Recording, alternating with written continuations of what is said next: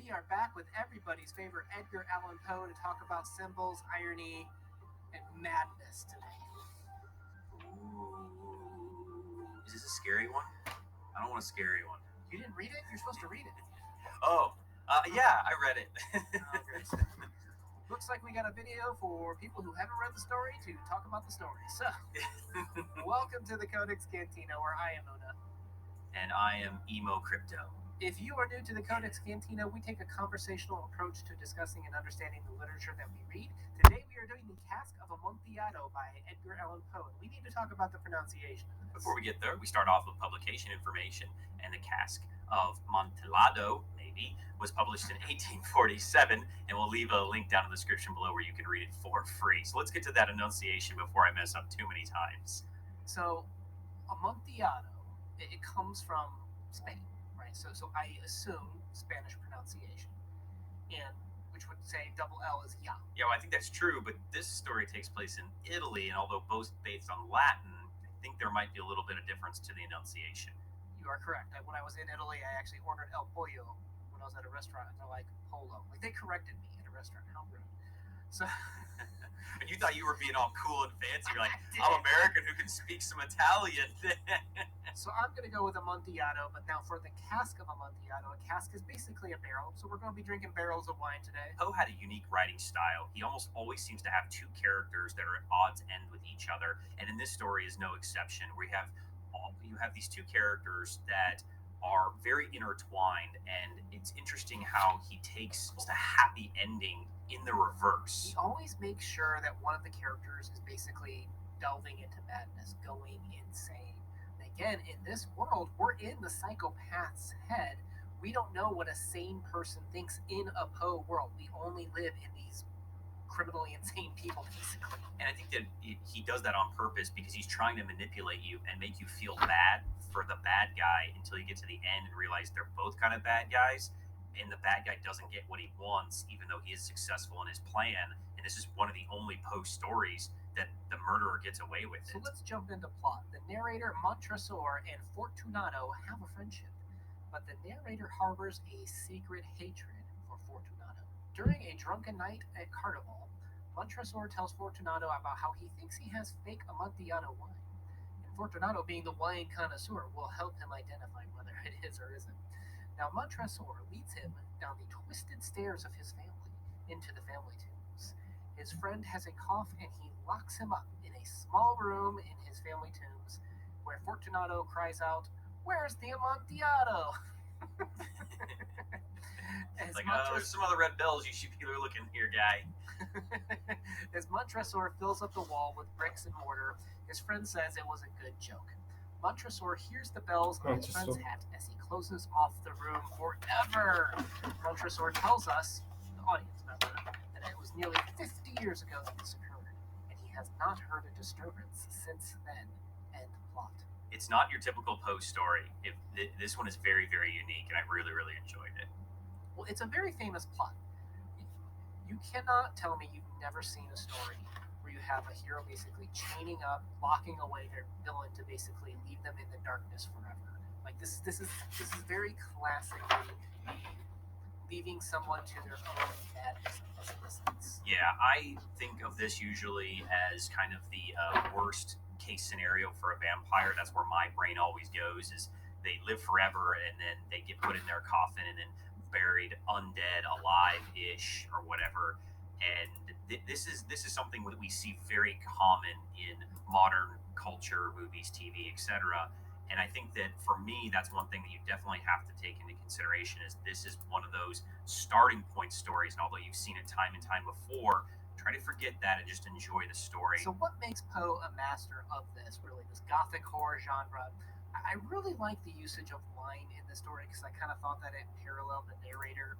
You didn't know if the Amontillado wine was real or if it was genuine or not. And in the same way, we have a lot of irony with Montresor, where his friend Fortunato has no idea whether he's real or not as well. You have to take things at surface value, and you're not sure until you delve a bit deeper. And I kind of felt like there's a little parallel between the two of this. For sure. It's also kind of crazy that he uses wine, which is sometimes seen as a sinful device for many people, drunkenness and lewdness and all those bad things that can ensue with getting drunk and using wine. But on the flip side of it, again, you always have those dualities. Wine is the one alcohol that is seen as what? Classy. Oh. If you ask me, I thought Montresor was very classy. Oh, I think that says something more about you, my friend. I think he's in a class of his own. Now, with that said, he heads down a long, winding staircase as they enter the dank ground of his family catacombs. Arguably, I thought this was kind of very representative of his, I guess, his psyche, the winding, dark, or his soul. I think it could be interpreted either way. For sure. And then we kind of get to this quote, which I think is kind of the main thrust of the story. He's suffered how many insults from him, and he's had enough. And we get to see a glimpse of that. What the insults were throughout the story. But we get a glimpse of the insults when they're walking down, and he's just like, "You're not in the Masons, are you? There's no way you're in the Masons." Basically, an old club that you kind of had to join. Not really that big of a deal, but the idea.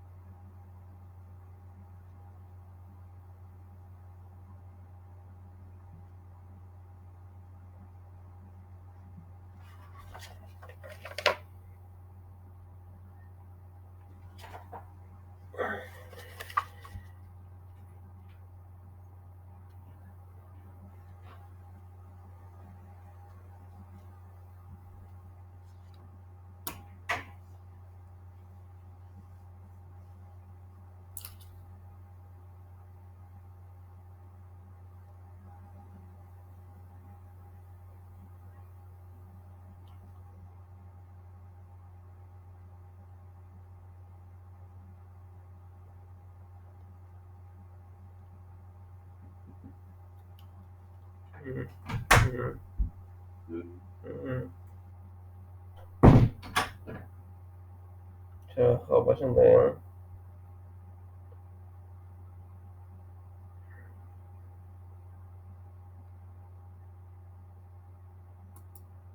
You aren't good enough to be in the Masons is the backhanded compliment that Fortunato gives Montresor. I think this really takes us to the next part of the quote, which is probably the true insulting part and seeing why he has such this deep hatred, where he says, "I forgot your arms. A huge human foot door in a field azure, the foot crushes a serpent rampant whose fangs are embedded in the heel." And the motto?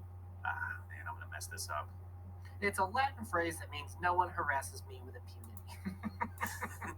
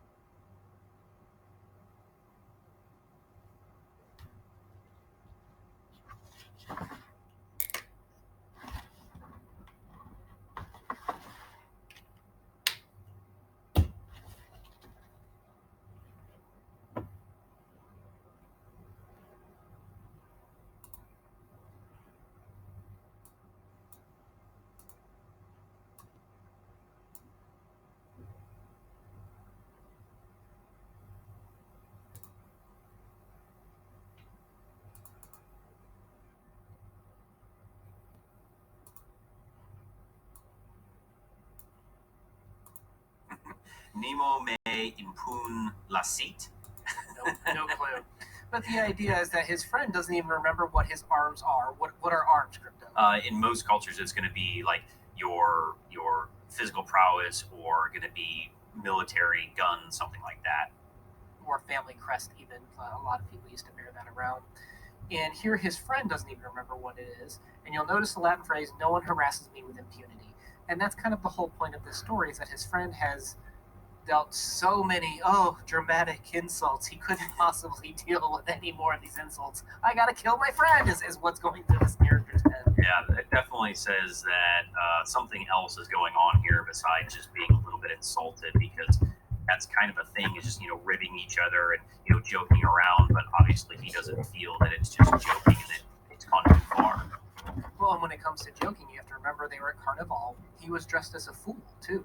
So that furthers kind of, we talked about earlier about some of the irony in the story. His friend is wearing like that little bell, the little gestures have with the bells. That's what the ringing was when he locked him away. And there's a lot of irony in his friend playing the fool for this moment. I totally thought of Goodfellas at this point. Am I a clown? Do I make you laugh? Like, that immediately went to my head of like, oh, this is like a real good old written literature representation of the fool being funny, or the fool not supposed to be being funny and being insulted by that. And Poe does a couple of good options for why our narrator could be insulted. We've talked at length about kind of the insults. And there's also the part about money, too, where we didn't like Fortunato because they had more money than us. We were a fallen family. We don't even remember your arms anymore, that you are now disgracing this town, even though you have your own castle and casks of wine to drink at Carnival. I don't think it's just the insults either. I think a lot of this could stem from jealousy as well, as he is a professional wine connoisseur. That's a very harbored skill in Italy, a place known for food and wine. And it's also Carnival, which in its origin was about a night of being equal. We dress up and put on these masks so we don't know who's upper class, lower class. We all come out to be equalized. And here comes his friend who's allegedly on this high altar, whatever insult or riches or skill you are thinking is the insult here. Carnival is a night of equalization. It's very symbolic for why this night is chosen as well, beyond just the servants being out for the night partying and getting drunk, right? Yeah, and you won't even give him that equality on this one night, as the whole time where he's plotting to murder him, the narrator is just still infuriated with what's going on, and it's like, see, this is why I'm going to kill him. He won't even give me this one night where we're supposed to be treated as equals. I'm in the right here. I'm doing something good for the world. I'm ridding the world of this evil man. So this leads to your point earlier of we have two characters that are diametrically opposed to each other. Now, only one of them knows about it, but we do have the rivalry between these two.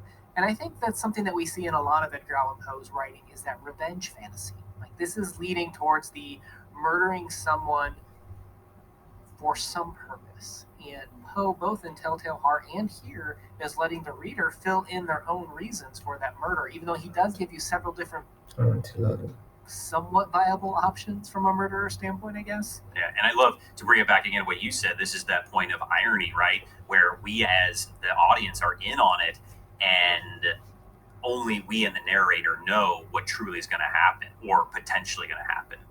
Yeah, so he seals him away 50 years, and now he's telling us a story, and he has no remorse. Like, there's no regret injected into this narrative.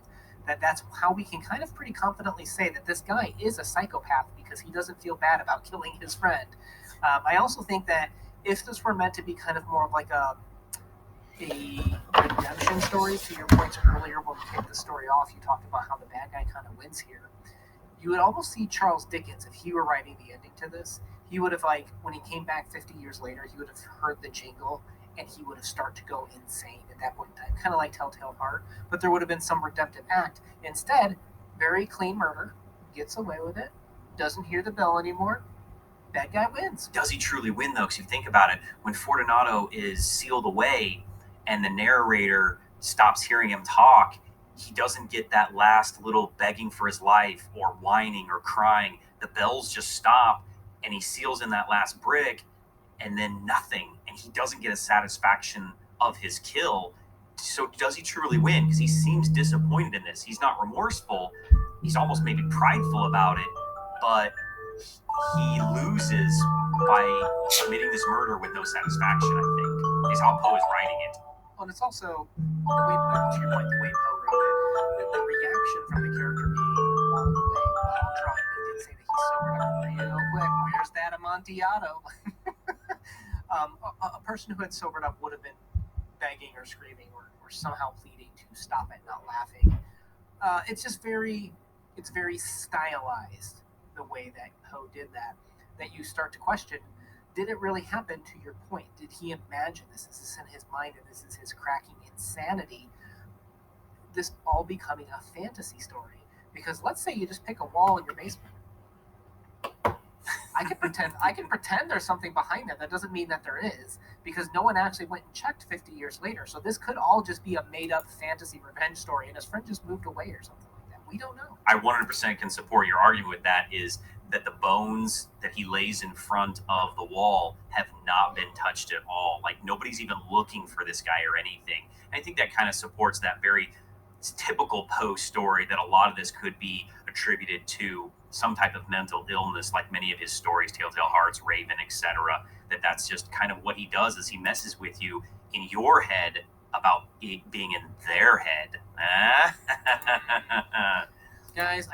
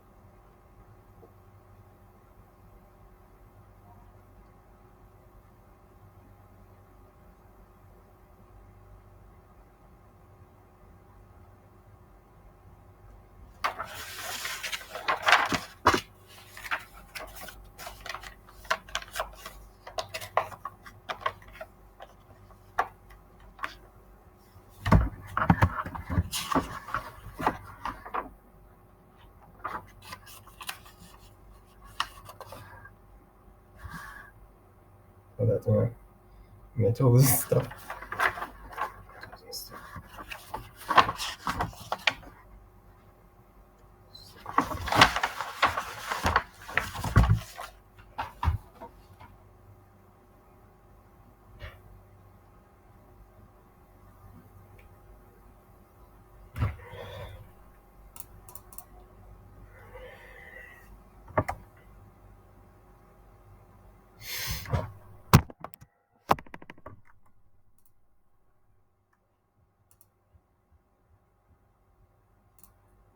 You are now muted.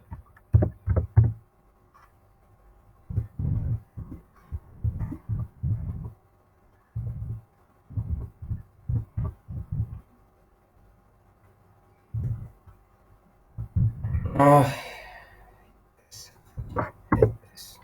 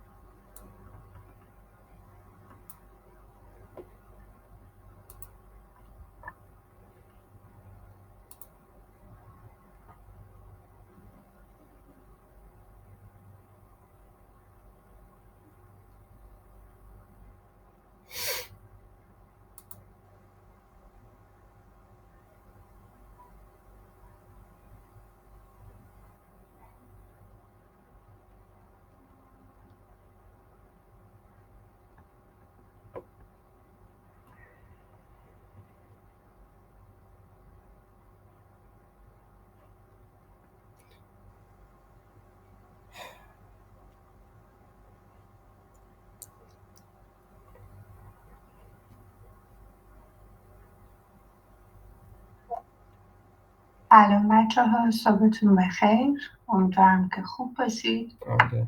یکی 2 دقیقه دیگه صبر کنیم ببینیم که بقیه هم به ما ملحق میشن یا نه. بعد شروع میکنیم.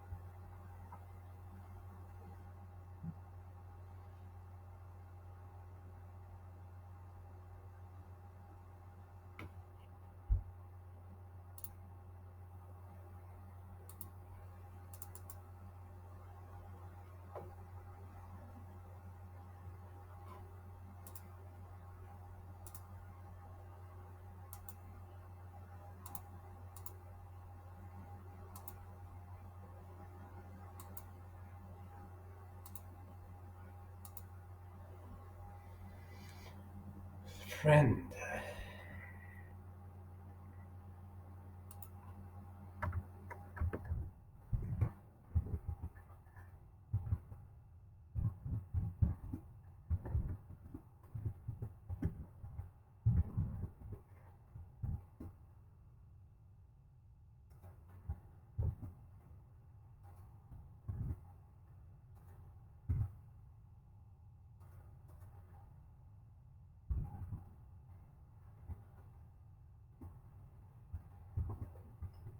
خب بریم سراغ داستان.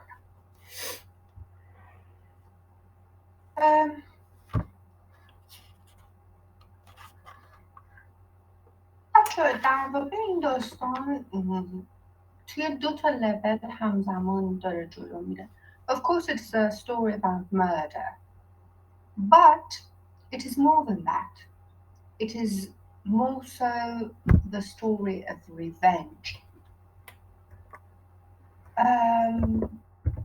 So if we are to find the main subject, it might be revenge and the secondary murder. So we enter a very bizarre, tangled,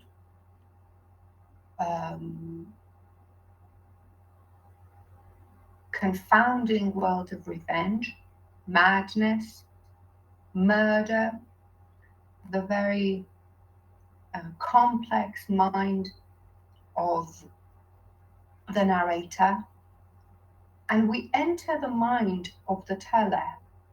So in the following sessions, we are going to talk about point of view, and then I will be able to talk more about narrators and why authors choose particular points of view. But for now, we know that the story is narrated in first person point of view. And what this choice provides is that it makes it possible for you as readers to enter the mind of the teller, to go through the personal experience of that character, to get to know the emotional aspects of his or her story. So here you get to see what he sees, to go through the same steps as he does, and so this point of view has been chosen in order to provide that sort of emotional experience. شاهد درست میگی. من در مورد unreliable narrator وقتی که در مورد point of view صحبت میکنم بیشتر صحبت میکنم. یه تاکید بکنیم روی آغاز داستان. من پیداش کنم. جمله اولیه داستان چی به شما میگه؟ میگه the thousand injuries of Fortunato I had borne as I best could, but when he ventured upon insult I vowed revenge. بچه توی جلسات گذشته ما در مورد چیزی به عنوان unity of effect صحبت کردیم. در واقع به نظر میرسه که میتونیم با قدرت این رو بگیم که ادگار آلن پو استاد یونیتی آف افکت. ادگار آلن پو جزو اولین کساییه که تئوری داره در مورد داستان کوتاه، اینکه چی باید باشه و چی نباید باشه یک داستان کوتاه، و خیلی تاکید میکنه روی یونیتی آف افکت. یعنی چی؟ یعنی که میگه که each and every detail, each description, each explanation, each scene should be there if only it helps the creation of a particular mood, if only it is helpful in guiding the reader towards that desired outcome. So there's no single word or detail which is not necessary to his design in this story. This is a very great example of what is called unity of effect. So when he starts the story with this one sentence, which I'm going to read to you again, the thousand injuries of Fortunato I had borne as I best could, but when he ventured upon insult, I vowed revenge. And he ends here. Why do you think he does not provide more information? What was the nature of that insult? What were the other 1,000 injuries imposed upon Montressa by Fortunato?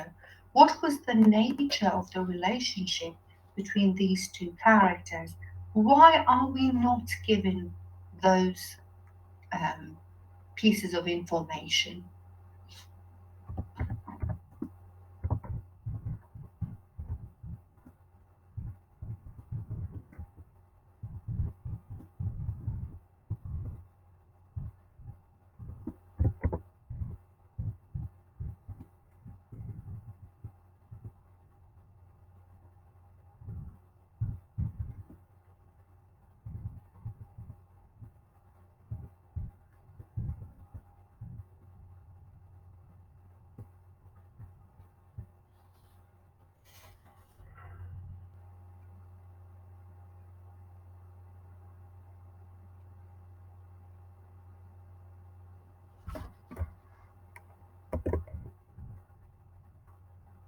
من منتظرم که جواب شما رو بشنوم.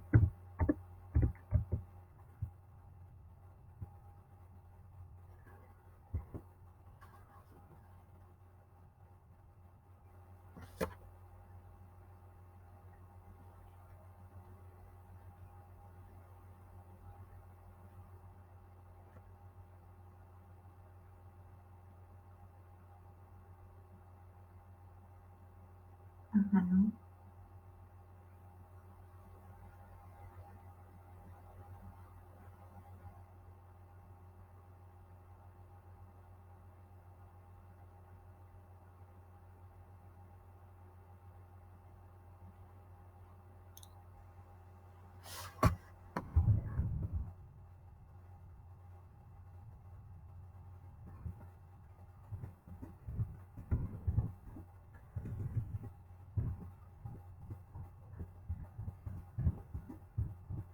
الهام از کجا اینو میگی؟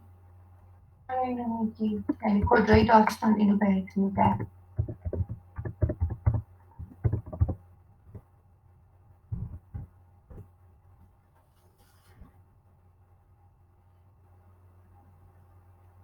خوش اومدی.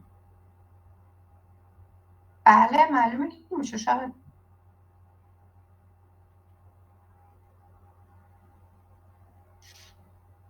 You are now unmuted. سوال دقیقا نفهم، میتونی سوال یه بار دیگه بگین؟ خیلی ببخشید. بله سوالم اینه که تو داستانی که شما جزئیات زیادی در مورد تک تک مراحل این نقشه دارید، چرا ادگار آلن پو به یک جمله قناعت میکنه وقتی میخواد در مورد پیش از این روز صحبت کنه؟ فقط میگه the 1000 injuries I endured, this one I couldn't take any longer. چرا توضیح نمیده چه اینجوری، چه اینسالتی؟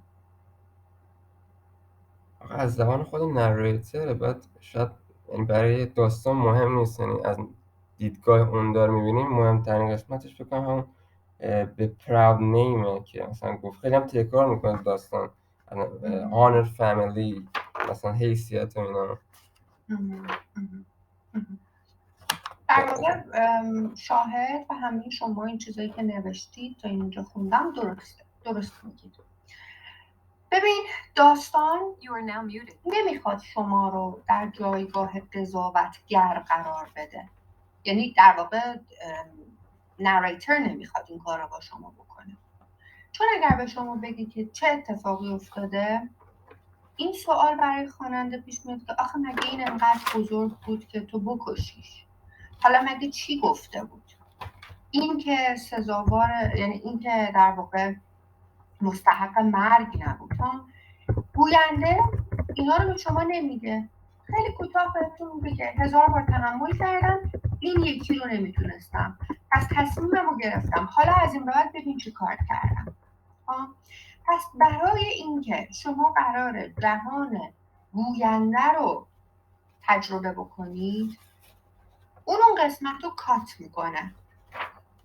هر چی که بوده از نظر من اونقدر بد بوده که بکشمش. اصلا لازم نیست شما بگین که من حق داشتم یا حق نداشتم، آیا این کار منطقی بوده یا منطقی نبوده، اینا مهم نیست. برای من اینسالت غیر قابل بخششی بوده و من تصمیم گرفتم بکشمش. به همین سادگی شما وارد داستان میشید، یعنی you enter the atmosphere very abruptly. اصلا وقت رو تلف نمیکنه، وقت این حرفا نیست. ما داستانمون در مورد انتقامه. اینکه چی شد که من تصمیم گرفتم مهم نیست، خود این اتفاق رو من برای شما روایت میکنم. خب آره دیگه الهام دقیقا میخواد که تو این سوال رو نپرسی. هر دلیلی داشتم، دلیل خودمه، 1000 بار قبل از اون تحمل کردم، این یکی رو تحمل نمیکنم. پس برای اینکه بهتون میگه اصلا اینا مهم نیست، هیچ توضیحی هم نمیده. برای اینکه تکرار میکنم it is a story about revenge.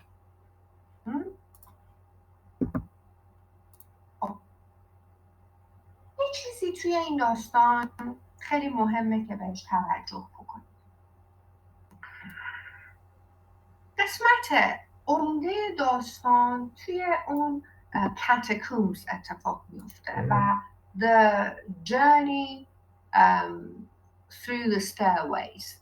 At that passage, two journeys are taking place simultaneously. The first one is the physical descent, because they are gradually going down into the catacombs. At the same time, we've got an emotional journey, an emotional descent. Both of these journeys reach their climax by the time they get to the destination. So the emotional excitement of Montressa gets to the peak of its elation. The physical descent peaks its climax by the time they get down. So what Edgar Allan Poe does is that he perceives both these journeys, physical and emotional, at the same time. What is going to be reached?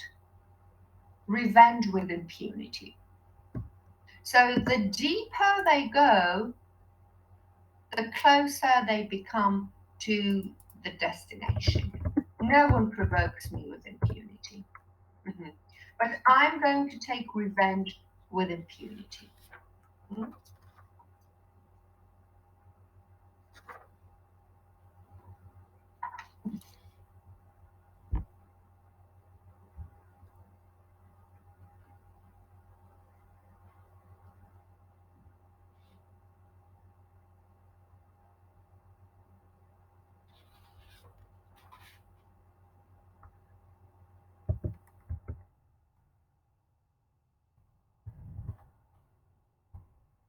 میکنم که از دایکاتمی هم استفاده میکنه که مثلا اگه دقت کنین مثلا cold dark light نه باشید light dark cold warm از این یعنی من دقت کردم.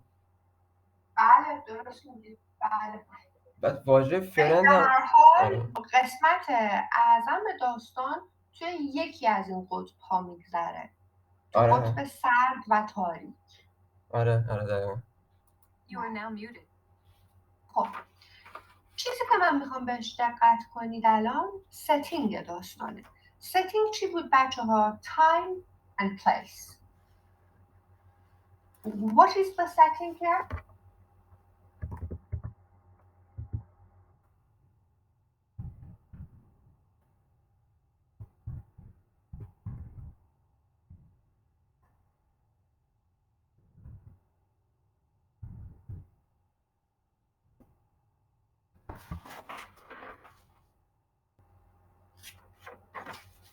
Time, place. And the time, همراه؟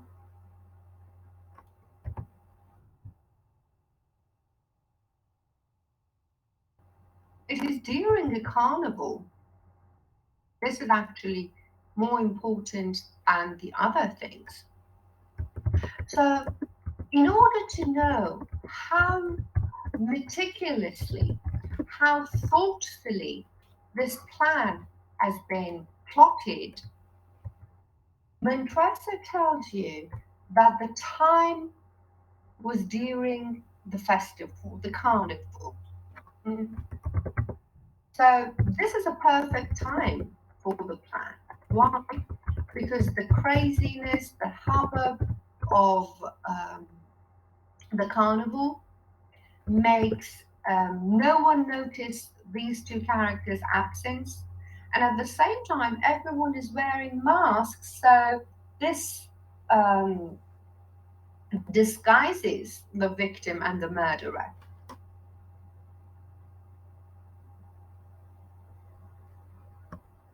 At the same time, this provides a kind of irony, an irony of situation. So the time of festivity is supposed to be happy, light, full of celebration, whereas something very dark and deep is occurring at the same time. So we've got an instance of irony, of situation. Because we've already talked about different types of irony, now you are more than prepared to think about the variety of ironies that we have in this story. So here we're going to concentrate on some examples. From the story, we understand that Montressa knows Fortunato very well. He knows his biggest weakness, which is ambition. We know that Fortunato prided himself upon being a connoisseur of wines, and Montressa knows that the more objections he raised about the dampness of walls, his cough, his health, the more eager his victim would become to reach the castle of Amontillado. So notice that, first of all, he chooses a very rare drink that in itself triggers the curiosity and, let's say, eagerness of Fortunato to go along with him. Then, to add to this sense of vanity, to play with it, he says that there's also Lucchesi that I can go to. This is another thing that Fortunato cannot tolerate. Fortunato doesn't know Amontillado from Sherry, as he says. So, knowing his victim's weak point, he plays with it in order to tempt him even more to come along with him, in order to assure that he's going to accompany him. The more he expresses concern about his health, the more eager he becomes to continue the journey. Okay, now going back to the examples of irony, Shahed says Fortunato is a kind of verbal irony. True. Fortunato means fortunate, lucky, where in fact we know that is anything but fortunate. He's going to his own death. What else?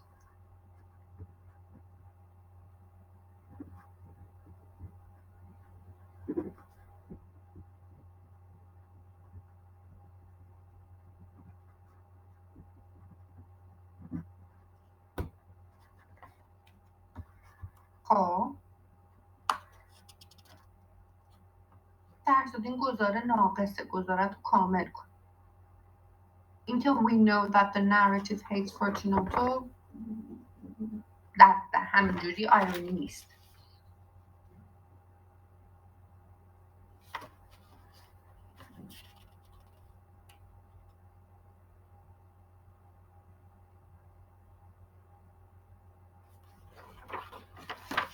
آها، حالا درست شد. پس ما چه نوع ایرونی داریم اینجا؟ دراماتیک. آفرین، دراماتیک. تمام این داستان از خط اول تا خط آخر بر اساس دراماتیک ایرونی جلو میره. یعنی you know that he is going to kill him, but he himself doesn't. That is why you're able to detect all the other examples of irony in the story, and why Fortunato is unaware of all of them. So throughout the story, we've got dramatic irony ongoing. You have information that Fortunato doesn't. What about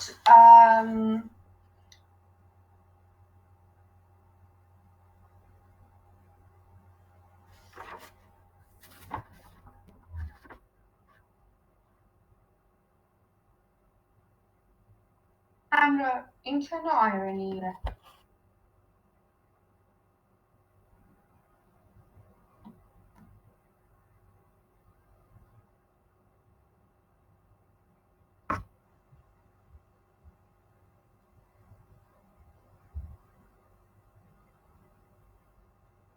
نه در واقع این اصلا ایرونیک نیست.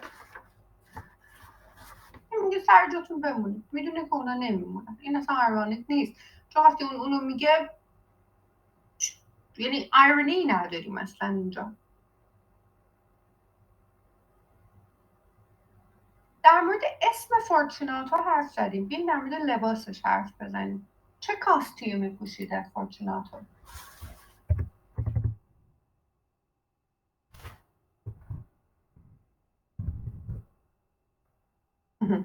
So Fortunato is dressed up as a court jester. His festive outfit contrasts sharply with the ghastly fate that awaits him. This is also ironic. حالا برای اینکه این کامیک تاچ رو بیشتر بکنه و در واقع برای اینکه این کانترست رو بیشتر بکنه، آلن پو یه دونه زنگوله هم اضافه میکنه. زنگوله‌ای که from time to time صدا میده، یه به طرز تمسخرآمیزی صداش در میاد. یکی از نشانه هایی که این زنده به گور شده همینه دیگه، وقتی دیوار ساخته میشه همچنان صدای اون زنگوله میاد، یعنی هنوز زنده است. پس بنابراین کاستیومش هم ایرونیکه. Dressed as someone jolly and happy, whereas he's heading towards his own death. علاوه بر همه اینها بچه ها، ما یک عالم verbal irony داریم. حالا بریم در مورد verbal irony هاش صحبت بکنیم توی این داستان. خب یکیش که گفتیم Fortunato's name. دیگه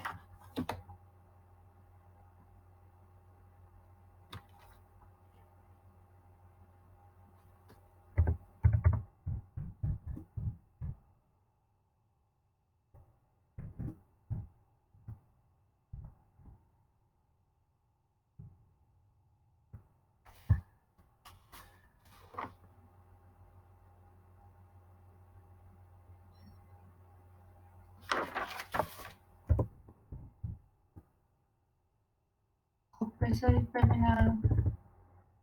امیررضا تو به ما بگو، تو یکی از مثالاش رو یکی از مثالهای verbal irony داستان رو به همون بگو.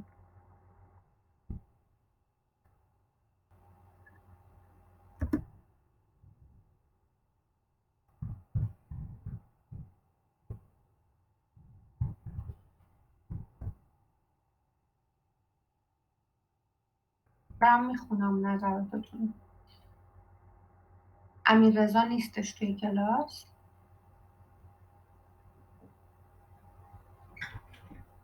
اوکی.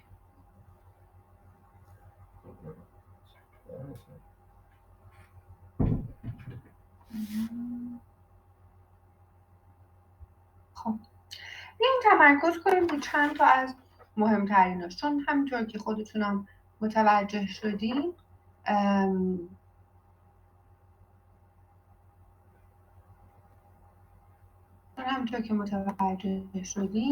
داستان پر از نمونه‌های verbal irony. یه جایی توی اون کاتاکومب ها، آره میخوام همینو بگم هم، میگه که Fortunato میگه I drink to the buried that repose around us. من توستم میگه and I to your life. پس اینجا هم verbal irony داریم، هم یادتون باشه که کلا dramatic irony داریم دیگه. چون dramatic irony داریم شما میفهمید که این ایرونیکه، وگرنه فورچوناتو نمیفهمه. دوباره یه جای دیگه میره جلوتر، میگه که اصلا اول وقتی که این فورچوناتو رو میبینه چی بهش میگه؟ میگه My dear Fortunato, you luckily met.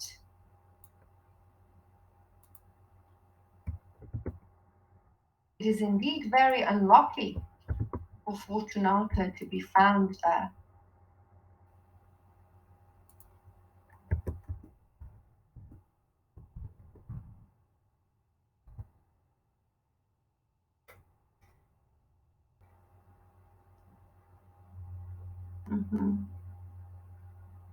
Yeah. Again, through the stairways, Mantressa says, we will go back. Your health is precious. You're rich, respected, admired, beloved.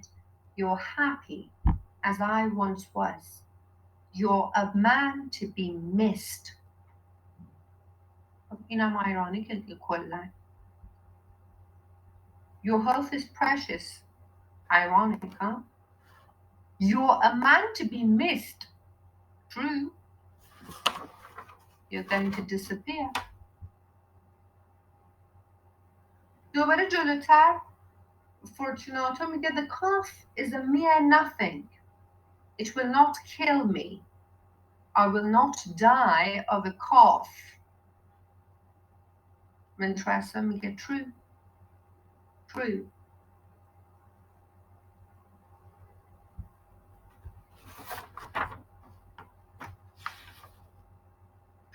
خب پس بچه ها من دوباره تکرار میکنم که این سفر به سمت پایین که بهتون گفتم physical descent و emotional descent هم دارن با هم اتفاق میفتن. خب اولا که the downward direction is like the inevitable journey towards the grave. And it also suggests a journey into the terrifying, dark, bleak, hellish atmosphere of revenge.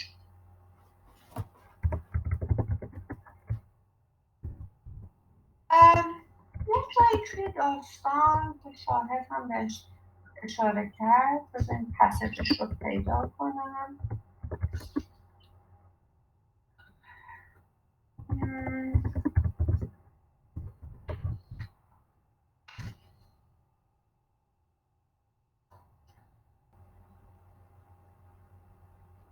بله درست شده.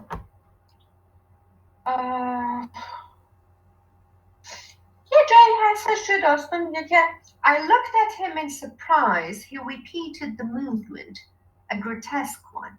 You do not comprehend, he said. Not I replied. Then you're not of the Brotherhood.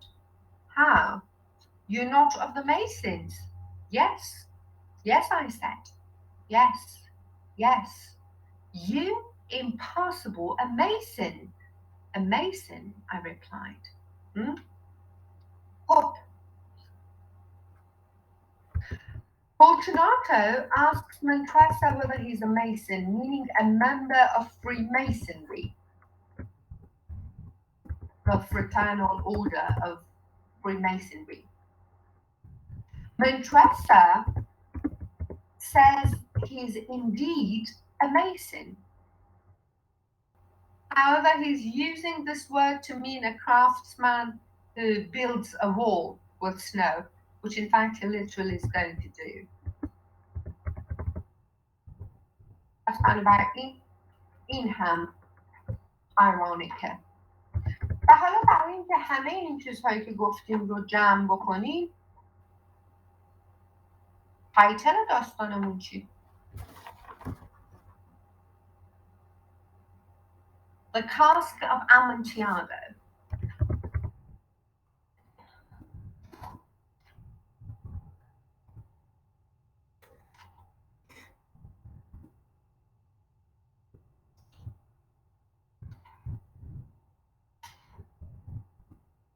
یعنی چی درزنم شاهد منظور چیه؟ من میخواستم بگم که این کسکاف یعنی اسم داستان اینه مثلا یه بسته ای از آمینتالو درسته فکر کنم من درستم تلفظ میکنم. کسک دو تا معنی داره. یکیش یعنی برل. درسته برل آره. و یکی یعنی کاسکت. کاسکت کافن آره. ایرونی بنابراین ما حتی ایرونی رو توی تایتل هم داریم. اینو نگرفتم. اوکی. You are now muted. سوال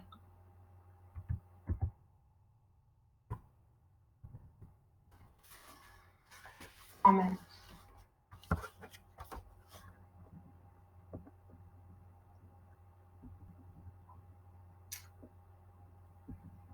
هیچی.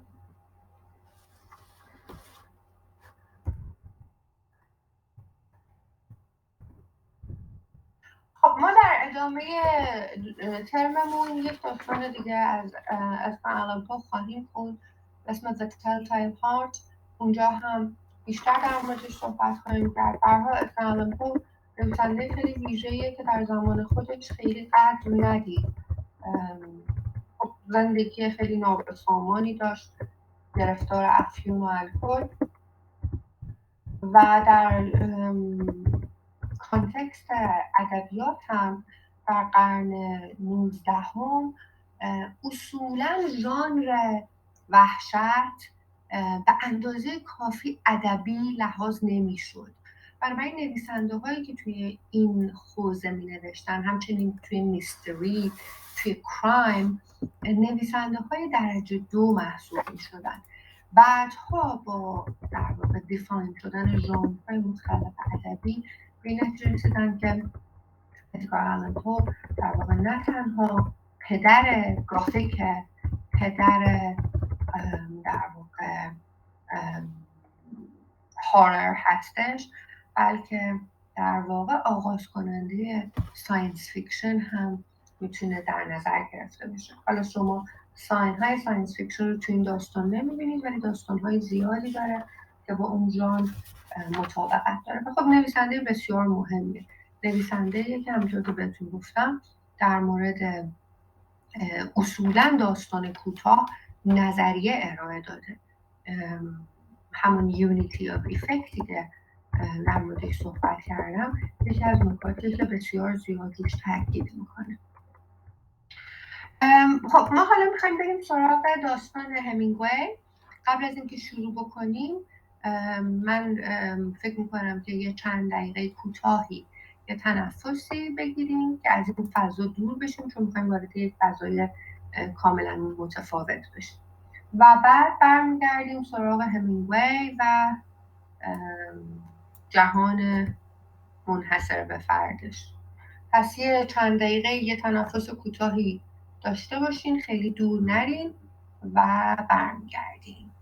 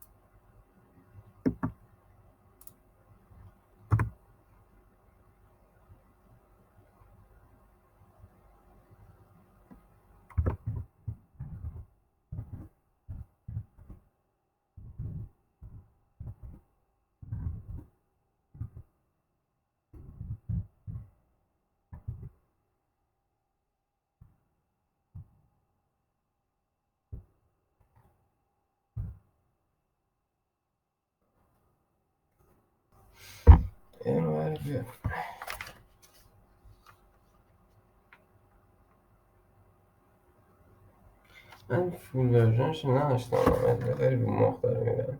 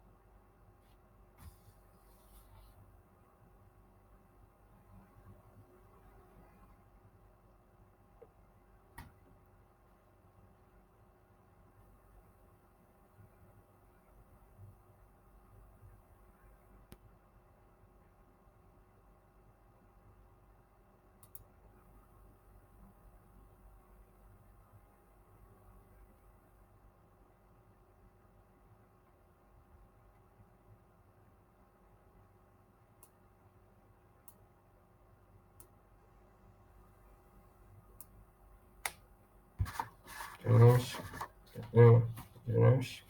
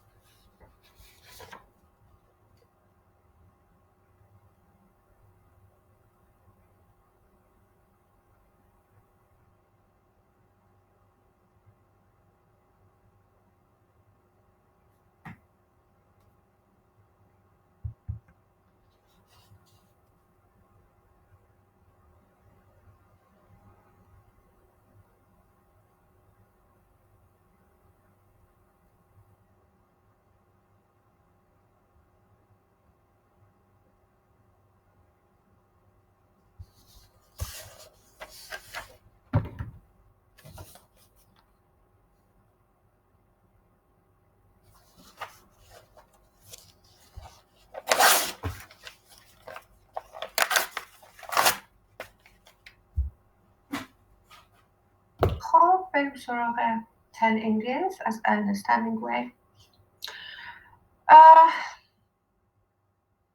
بچه عناوین داستان ها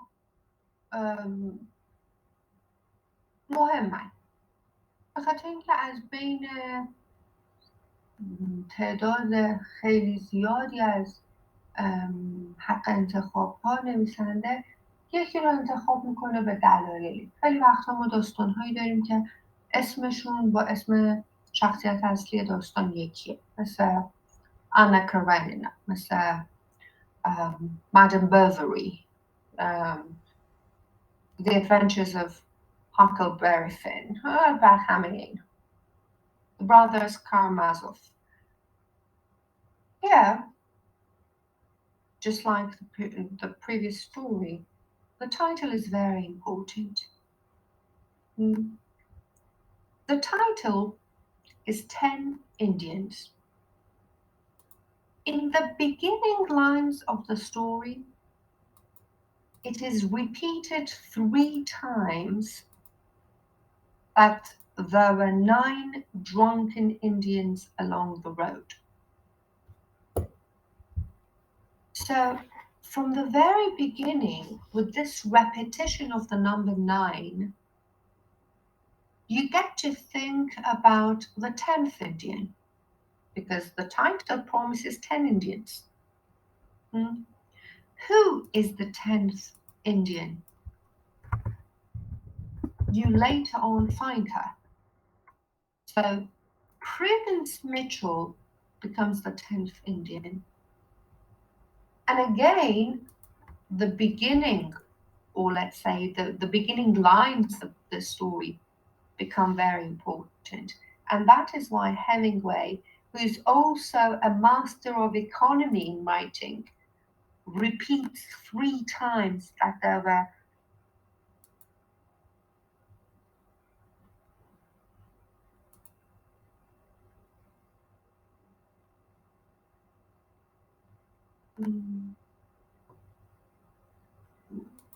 for the next class? You mean what, Safida?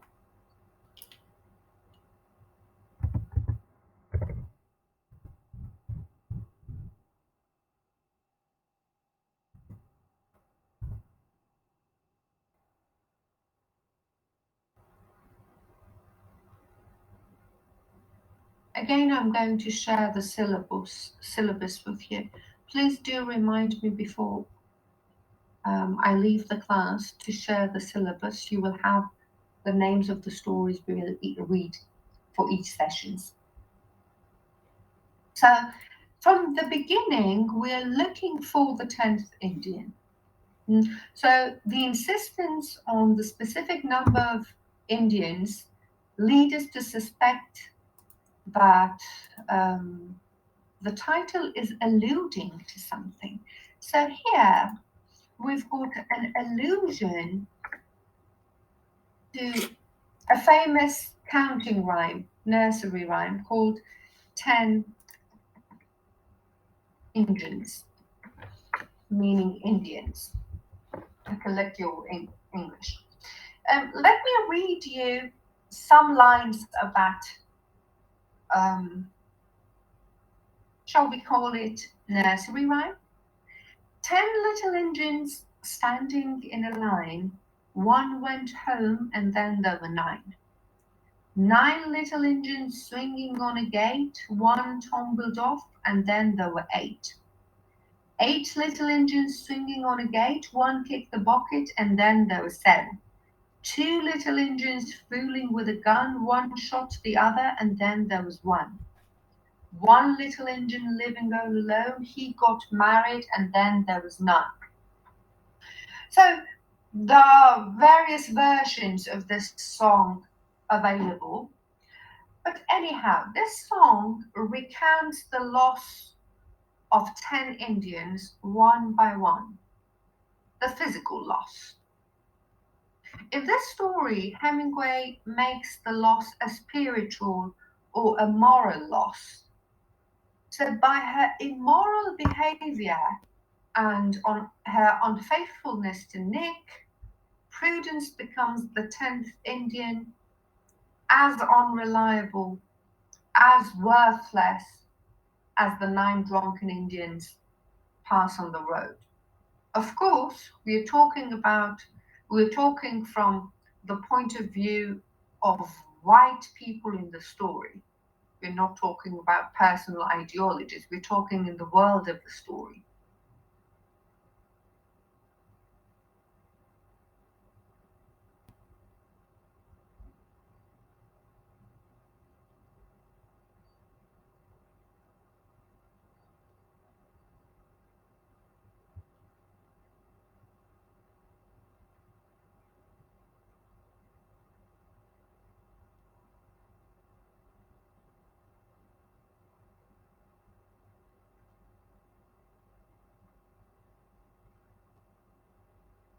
Okay.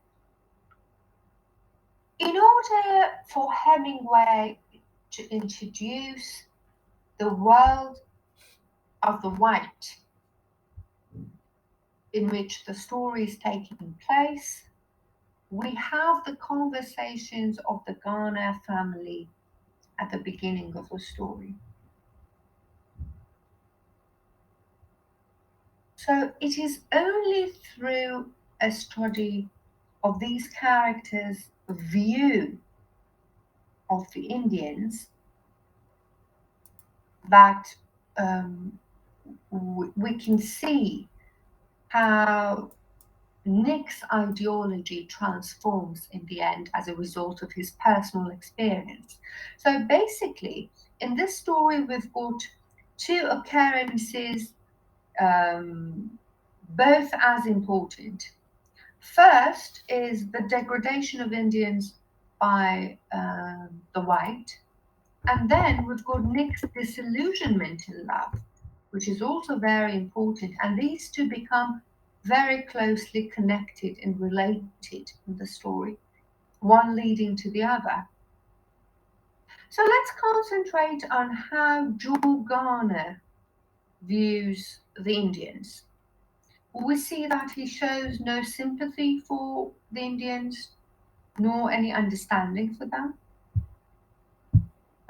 To him, they are nuisances, physical objects like logs that only block the road and need to be taken away.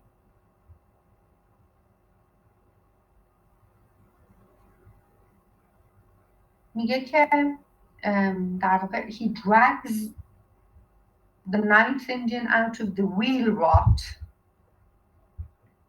چرا مهمه این بچه؟ تا همینجا یه ایرونی عجیبی معرفی میشه. These Indians are drunk. They are drunk on the white man's whiskey. So whatever they are at the moment is a byproduct of white civilization. And this is very important in this story. داستان بهتون میگه که اون ایندیان آخری سرش افتاده بود روی زمین و یه رد چرخ ماشین سرش افتاده بود رو رد چرخ ماشین. خیلی مهمه این. یعنی انگار که these Indians are facing in the dirt of white men's progress ماشین دیگه. خب این خیلی ایرونیکه و این چیزیه که شخصیت های داستان نمیبینن. یعنی however the Indians are, however they are behaving, however they are portrayed, it is because they are out of context in their lives.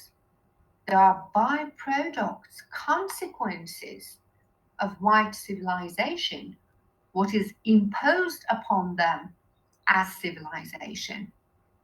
Exactly. They're drunk on whiskey. مرد سرخپوست ویسکی نمیخوره آخه اصلا. ویسکی نمیدونه چیه. سرخپوست علف میکشه. همه اتفاقهایی که براشون افتاده در واقع در نتیجه تحمیل این مدنیت و تمدن سفیده. حالا برای اینکه ایرونی حتی از این هم وحشتناکتر بشه، چه روزیه این روزی که این داستان داره اتفاق میفته؟ 4th of July, the Independence Day. Ironically, they are celebrating the independence of a nation that has defeated and debased them.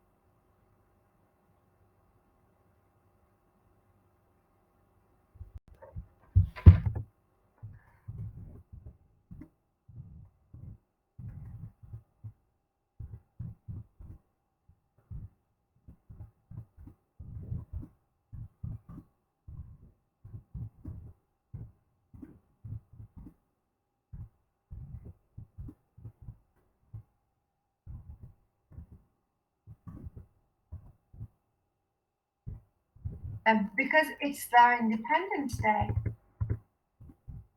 4th of July is the Independence Day that is celebrated by the Americans.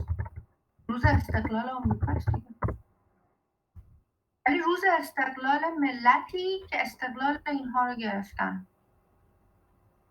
بله.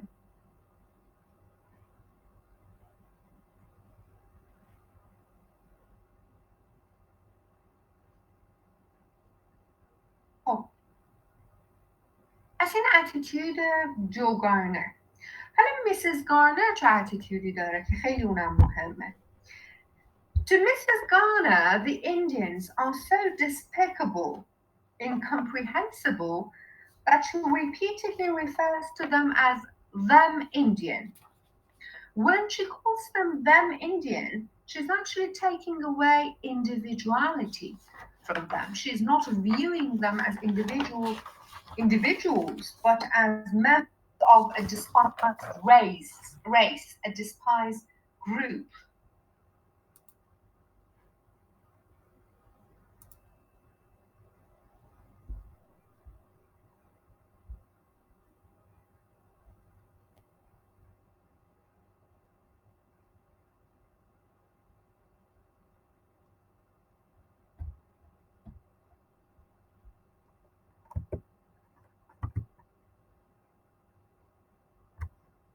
بچه این مکس رو میکنم که نوت بردارید.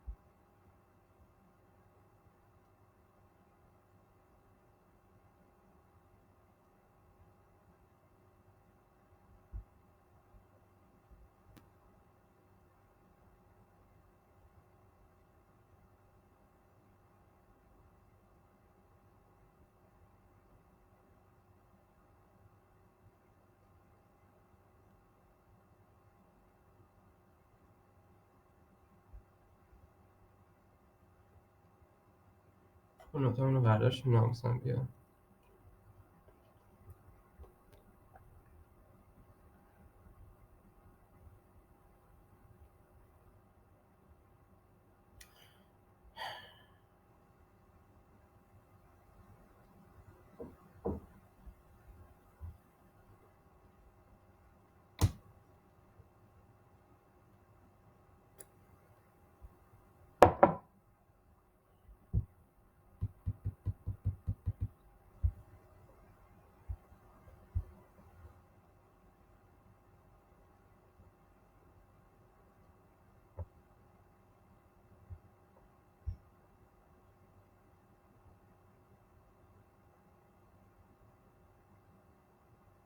اوکی. خب یه جایی یه چیز دیگه که یه نکته دیگه که خیلی مهمه اینه که اشاره میکنن که all Indians wear the same kind of pants. چه چیز این عجیبه؟ این که این لباس هایی که این سرخپوست ها میپوشن در واقع لباس هایی که تمدن سفیدپوست بهشون داده برای اینکه به اون سیویلایزیشنی که مد نظرشه اینا رو نزدیکتر کنه. لباس های سرخپوست ها از نظرشون به اندازه کافی سیویلایز نیست، نشان دهنده ریسپانسیبیلیتی اجتماعی نیست. بنابراین اومدن به اینا یه سری لباس دادن. حالا به خاطر همین هم ریدیکیول میشن. They all wear the same kind of pants. سرخپوست هایی که تنوع پوشششون بهشون ایدنتیتی و ایندیویدوالیتی میده، حالا دیگه همشون مثل هم دارن لباس میپوشن. خب و این داستان ادامه پیدا میکنه وقتی که پسرای گارنر مثلا میگن که اینا سکانکن. The attribution of a bad odor to a race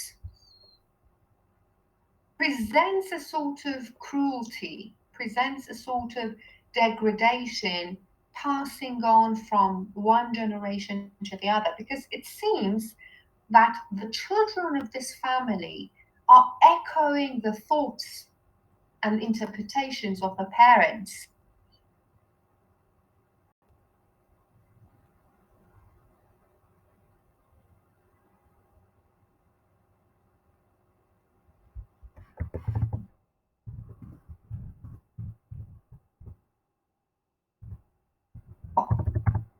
بله. در مورد این خانواده گارنر صحبت کنم. ما چه اطلاعاتی در مورد خانواده گارنر داریم؟ ما میدونیم که they are hardworking, well-intentioned, kind. They seem to be happily married. The family relationship is good. They are very kind to Nick, taking with them to the celebration, invite him to eat with them when they return home. And the rest. So, they are not atypical.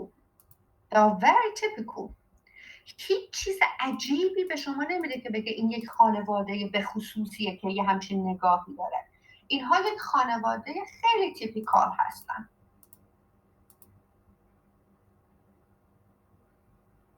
پس they can represent every other white family.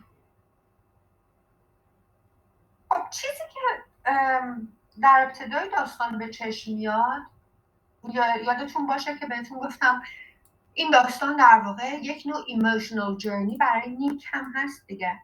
به نظر میرسه که نیک does not share the Ghana's judgments of the Indians. He has an Indian girl and loves her. He's proud to be teased about her. And he's quite unconscious of these racial distinctions, of these assumptions of superiority and inferiority.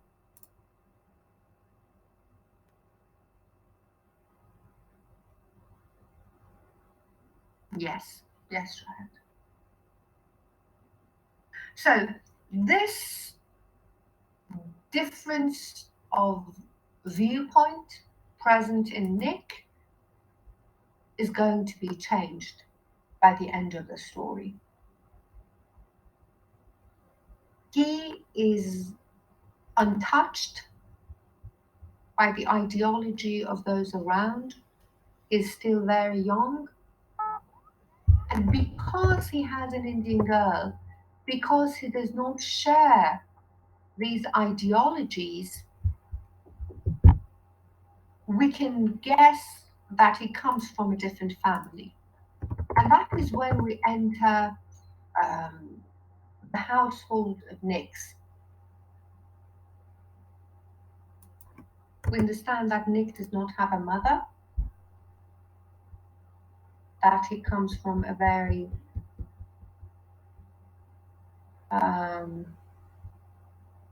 mannerly and polite background. The description of the dining table is very important, how careful they are in adhering to the etiquettes of eating.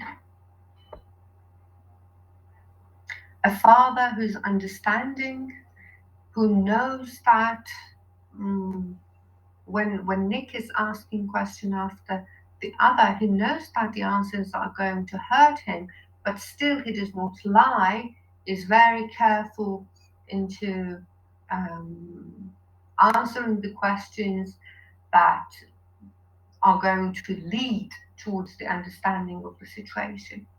Is reading, yes. So, by infidelity, Prudence becomes the 10th Indian. So, from now on in the story, Prudence shares the same moral irresponsibility as the 9 drunken Indians at the beginning of the story. Now they are viewed as 10 Indians, or as the bunch of Indians, as them Indians. She also becomes one of them. So maybe it is suggestive that this ideology becomes gradually present in Nick's mind from there on. بچه‌ها به داستان‌های از این دست میگن the coming of age. شاهد بالاتر گفت نایو. من میخوام بگم innocent نه به معنای معصوم بری از گناه. innocent به عنوان ترمینولوژی ادبیش در واقع. نیک یک نوجوانیه که هنوز وارد دنیای واقعی بزرگسالی نشد. ارنست همینگوی یه سری داستان داره که قهرمان همشون یه شخصیتی به اسم نیک ادمز. حالا این نیک ادم ها یه نفر نیستن، ولی به هر حال قهرمان هاش رو نیک ادم مینامه. چیزی که مشترک توی این شخصیت ها اینه که این شخصیت ها نوجوان هایی هستند که در طول داستان بر اثر یک تجربه شخصی، یک مواجهه قدم میذارن به سمت بزرگسالی. یعنی در نتیجه یک تجربه قسمتی از حقیقت رو میبینن که معمولا هم تلخه و دوست داشتنی نیست، ولی مسیری میشه برای ورود به بزرگسالی. برای همین به این داستان میگن the coming of age. خیلی از نویسنده ها از این تیپ داستان ها دارن، یعنی فکر نکنید که این مختص همینگوی هستش. تو خیلی از داستان ها در واقع تجربه های عاطفی شخصی، مواجهه های فردی با یک سری حقایق که معمولاً تلخ هستن و سیاه هستن، مسیر عبور از کودکی و بی تجربگی به بزرگسالی و واقع بینی رو در واقع تعریف میکنن.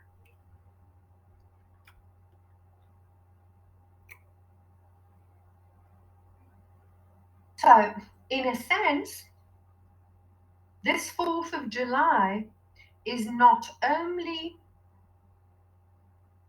America's Independence Day, which also turns into Nick's Independence Day, freed from love.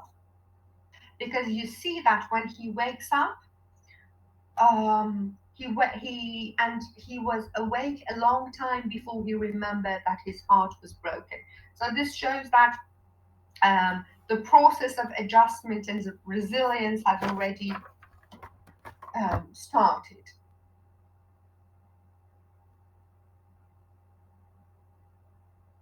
و در واقع میبینید که اسم prudence هم ایرانیکه دیگه. prudent هم is anything but prudent.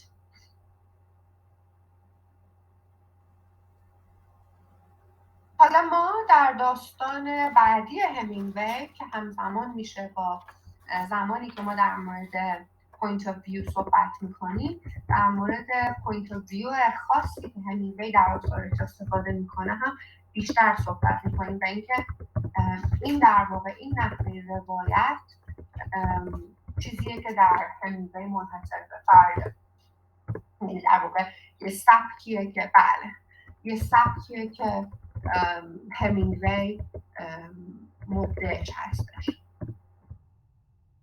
ما جلسه بذارم که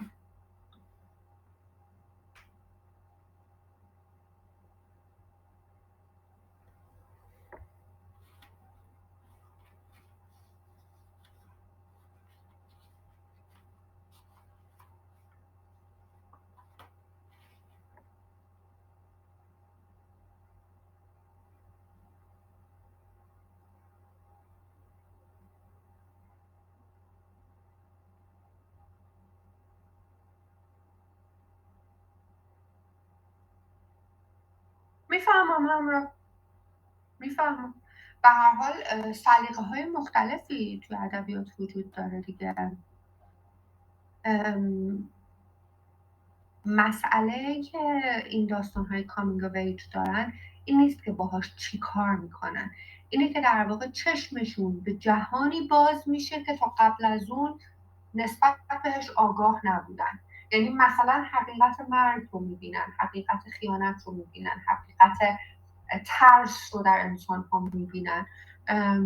ولی باهات موافقم، چون معمولا البته همیشه اینطوری نیست. مثلا توی داستان دیگه از همینگوی به اسم کیلرز شما شخصیت اصلی رو میبینید که یک کاری بالاخره انجام میده، ولی خیلی وقتها میتونم بگم اکثر مواقع این مواجهه به اندازه کافی توی داستان دراماتیک هست که عملی که دنبالش میاد یا بی‌عملیش تو سایه این قرار بگیره. ولی خب میتونم بفهمم ماها گونه‌های مختلفی از داستان رو دوست داریم.